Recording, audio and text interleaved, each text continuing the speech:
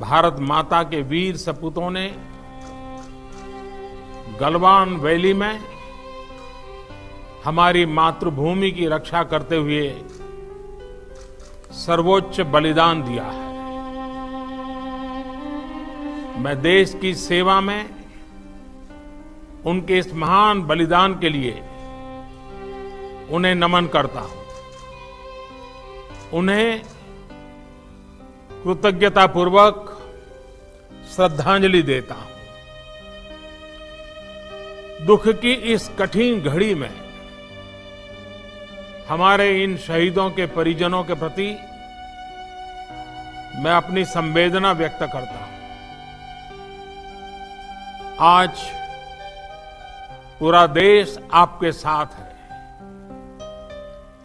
देश की भावनाएं आपके साथ है।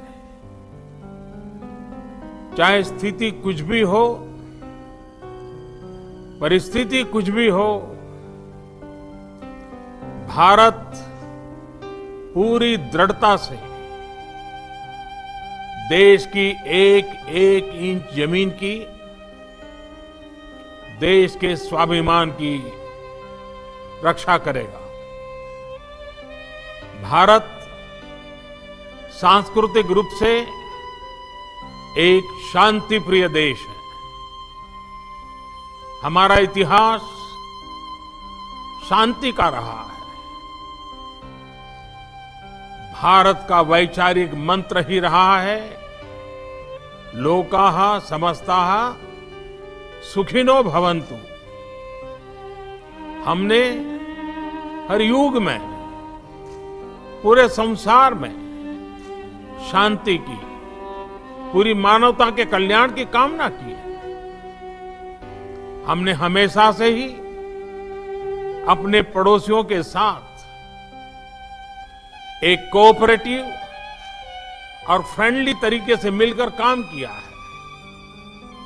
हमेशा उनके विकास और कल्याण की कामना की है। जहां कहीं हमारे मतभेद भी रहे हैं, हमने हमेशा ही ये प्रयास किया है कि मतभेद विवाद न बने, डिफरेंसेस डिस्प्यूट्स में न बदले।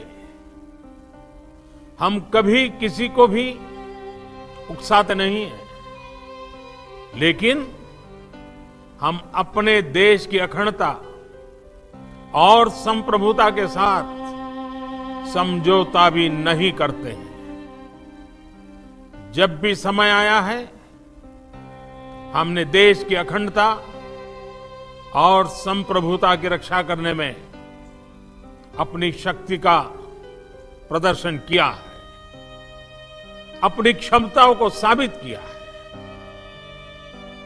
त्याग और तितिक्षा हमारे राष्ट्रीय चरित्र का हिस्सा है, लेकिन साथ ही विक्रम और वीरता भी उतना ही हमारे देश के चरित्र का हिस्सा है।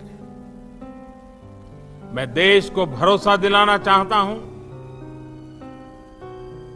हमारे जवानों का बलिदान व्यर्थ नहीं जाएगा। हमारे लिए भारत की अखंडता और संप्रभुता सर्वोच्च है, और इसकी रक्षा करने से हमें कोई भी रोक नहीं सकता। इस बारे में किसी को भी जरा भी भ्रम या संदेह नहीं होना चाहिए। भारत शांति चाहता है, लेकिन भारत उकसाने पर हर हाल में